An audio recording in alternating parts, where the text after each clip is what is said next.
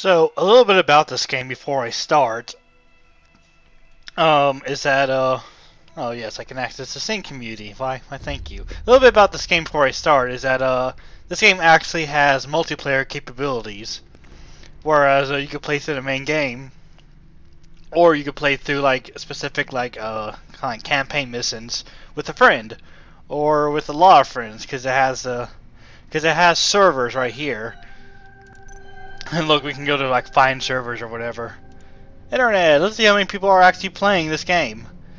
Well, we can actually see that we have iSolar, co-op campaign. See, that's what I want to do. I want to do co-op campaign with a friend. I actually wanted to play through the game with, or at least do part of the game with a friend called Super Uber Sauce. And that didn't quite work out, and I'll tell you why in a second. Can I go there? This is probably I think I remember this server from when I was trying to set up one with him. That's just like a random one that no one's ever gonna join. But yeah, they have servers so that other people can play, and I think you can have up to like 32 people, like that one right there. That one right there, that's locked. That you can pretty much have up to 32 people playing. But you know, if you want to have a good gameplay experience, you're only going to want to have up to like 2 or 4 for a co-op game. And a create server is really simple. As in, all you have to do is just go to co-op campaign, map, Divine Cybermancy, which is basically the main game. Divine Cybermancy. Oh no, I said the name of the game. Oh no. And choose your challenge. It already starts you off on easy, so go normal. And then enemy reinforcements. You want to put that to reduced, because I'll tell you that in a moment. Land only, apparently you want to have that on yes. I don't know why. Make some coffee, and host name, I had my name as Kirby, just so he could find it. And there is no password, there's no time limit. There's footsteps and flashlights, and max players will be 2. But, when I started the server, and I got in there and tried to invite him, what happens? You cannot connect to the server is not responding, even though I was playing it just fine. That was his message when he tried to connect to my server. It was that the server was not responding. Turns out it's not as simple. It's impossible to be as simple as a. Turns out to be impossible to simply create a server, invite someone to play with you, and you're done. It is impossible to be that simple in this game. It is impossible because you had to do something crazy. You had to do some crazy, impossible crap with your server and your server IP, and you change your server settings, and it was just crazy. I couldn't do that. Actually, I want to go ahead and log out of the current avatar. Launch the game to log a new avatar. Yes, thank you. So I'll do that, and now we can probably go to options and.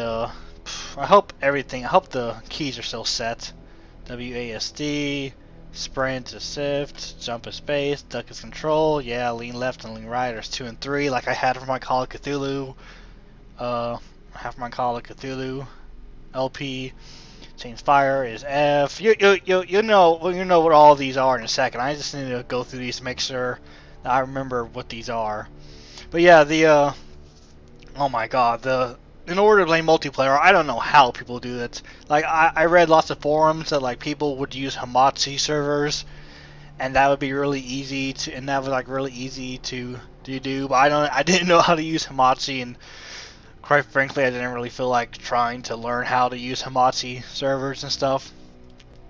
But the main thing I'm trying to say, that in order to play multiplayer or co-op in this game, you have to, be in...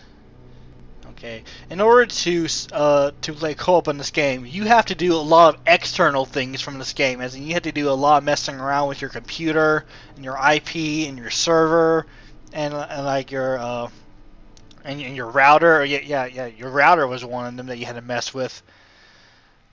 So that was really annoying to do. Okay, I think everything's fine. Let's just go ahead and turn down everything a little bit just so you could hear me better. Speaker configuration, headphones, sound quality high, captioning, video, 1280 by 720, full screen. Alright, that's good. And game mode, choose your challenge. We're going to do just normal. But yeah, enemy reinforcement frequency. We're going to put that to reduced. That's basically their game's version of infinitely spawning enemies, is what they call reinforcements. So I like to put that on reduced because I hate respawning enemies. Limit the enemy reinforcements, objective icons, yes. And everything seems to be good there. So we're going to click OK, and we're going to go to Play Campaign. And this game has some pretty bad loading times. Let me take a drink of coffee here. Coffee that I just made, mind you. While the state exists, there can be no freedom. When there is freedom, there will be no state. Oh, anti-America propaganda! Maybe? I don't know. By Lenin. Okay. Oh, by Lenin. Yeah, that explains it. By Lenin, of course. But yeah. So after, I'll try to put a link to their official explanation to how to get multiplayer running, because they have this official explanation I found while looking through all the forums by the developers themselves, and it is so confusing. I'll try to find it and post a link on the video so you guys can see how confusing it is. It can't be as simple as create a server and join game. It cannot be that simple. It is impossible for these people to do that. Oh, hi. Oh, I forgot I had to do this. Let's just go ahead with Kirby 1917, just so I'll know. Yeah, there's my other character, just Kirby, and I was up to level 26, and that's a pretty high level for getting through the game. I think 25 or around 20 is where level 20 is about where you want to be, and I got stuck in a few parts, so I just kind of leveled up a lot. So I think Kirby 1917 is going to be fine for now. Whoa! And here we have the first part of the game that just kind of throws you in there, is with genes.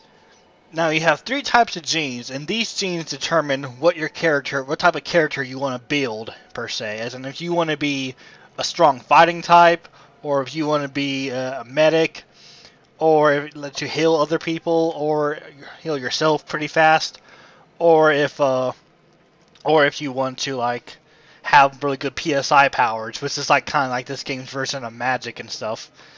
I'm not really that into magic because it's kind of stupid in general. But what I made the mistake of doing is I made the mistake of just going. There's also another gene that's like what, normal.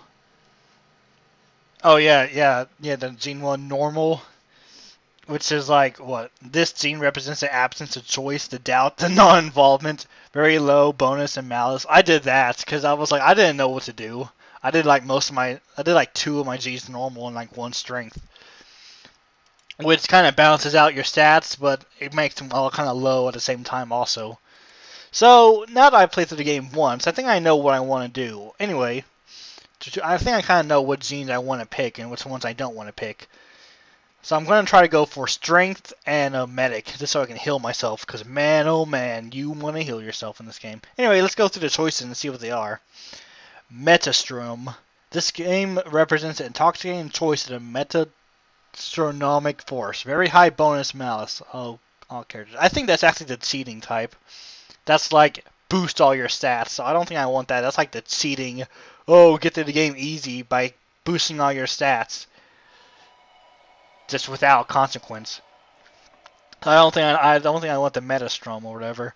So what's this? Hawkmark? This game represents the abstract thinking. High bonus accuracy, medicine, hacking. Ooh, kind of like that.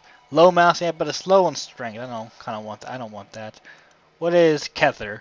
This game represents absolute will. PSI force, endurance, and agility. Nope, I don't want that. Well, what is Goobera? Is that what it is? Goobera.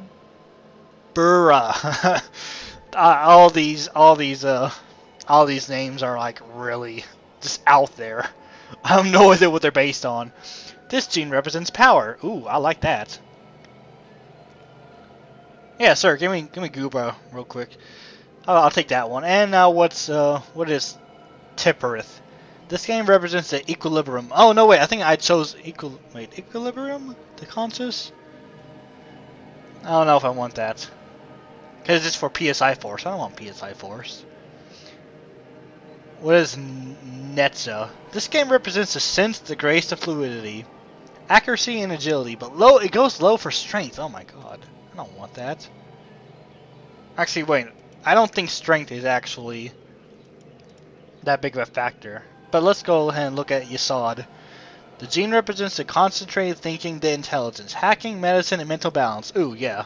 Let's go with the Yasod also.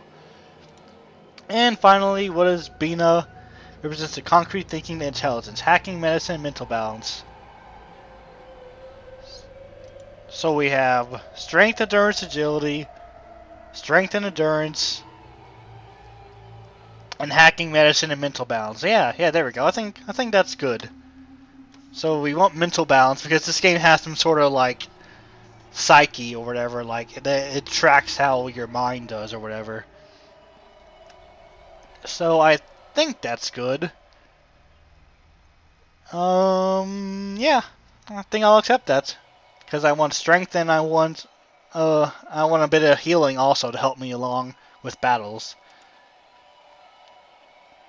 So yeah, I think that's your stats over here that will start off. So we got low reflexes, but we could probably boost that up later just to make it normal. We have low critical hits. Oh well. Strength is high. PSI Force is actually pretty good, even though I didn't really put anything into that. Endurance is good. Accuracy is pretty good. Hacking 30. Hacking isn't really that useful. Mental balance 31, medicine 32. Okay, that's better than what I had last time. Agility 34 and health 40. Ooh, I like that. Health 40. That is a lot of health. Normally 30s are like around like the mid-range, and anything above that is good. Anything below that is kind of low. But yeah, seems very good. Except character. Ooh. You are in an odd place where dreams and reality intersect. If you step beyond the portal, the game resumes at the chapter and at the mission where you stopped. Or you begin the campaign if it is the first time you play your character. If you log out and create a new character, stepping beyond the portal will start a new game, beginning at the final chapter. Oh, first chapter. What? I'm in first chapter. If you load an existing character, the game will resume where you stopped if you step beyond this portal. To close this window, click on the cross at the right top corner. I don't know why I didn't say top right corner because that makes more sense. But yeah, I know how Windows work. Okay, I played the computer before. I played the computer game before. Anyway, this is where you first start out in Cybermancy. Divine Cybermancy. I'm not quite sure what I stands for because it's like abbreviated. Yeah, then we get our character talking to himself.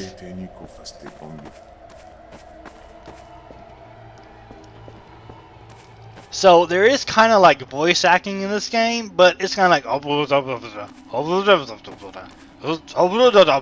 it's kind of like Japanese babble, just Japanese mumbling is like the best I can kind of describe it as. Let's see here. Can we see what we have on? Okay, we don't have anything right there in our quick select. But that's because we'll learn how to use that in a second. Let's look at, so here's our character right here. That's us right there. I don't know where we got that gun at because I don't think we have any guns right now, do we? Inventory, yeah. See, this is our little inventory screen right here. So we don't have any guns. I don't know where we got that gun at.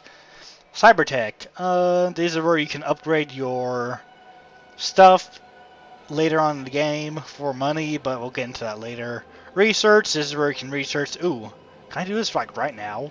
No, I can't do this right now. Research is like a part of the game where I'm just explaining all this right now. It's just so that I can get it out of the way for later. Research is kind of like you get something from over here and you research it, and once you're done with it, you can once it gets done researching it, it can give you something that's useful to you. Like for example, medkit. Medkit's the first thing that you want to research because it will be able to let you have a syringe that heals you. So that's good. But we can't research it right now because it costs too much. And that's our money right there. Our money's called Brozovs. Brozov! Alright. So we can't do that yet because you don't have enough money. Stats. We have no stats whatsoever because we just started the game. Mission. Wake up. So that's our mission right there. And actions, we'll get to that in a second. Now right now, the only weapon we have right now is a sword. And as you remember from our inventory, the sword doesn't show up in your inventory because I think it's like kept on your side or whatever. But you're always going to have a sword in this game, which is really cool. I am starting this up before even posting like Red Steel 2. So I don't know if that game is going to get copyrighted by Ubisoft or what. I hope it's not, because if it does, well then, this is gonna be the main game for a while. But anyway, one of the cool things you can do with your sword is that you can hold down the attack button and charge it up, and do a little super attack, I guess. Yeah, there we go. And it has a little cool little eye thing at the hilt right there. It's kind of weird. I don't know why. Anyway, let's go up and talk to this guy.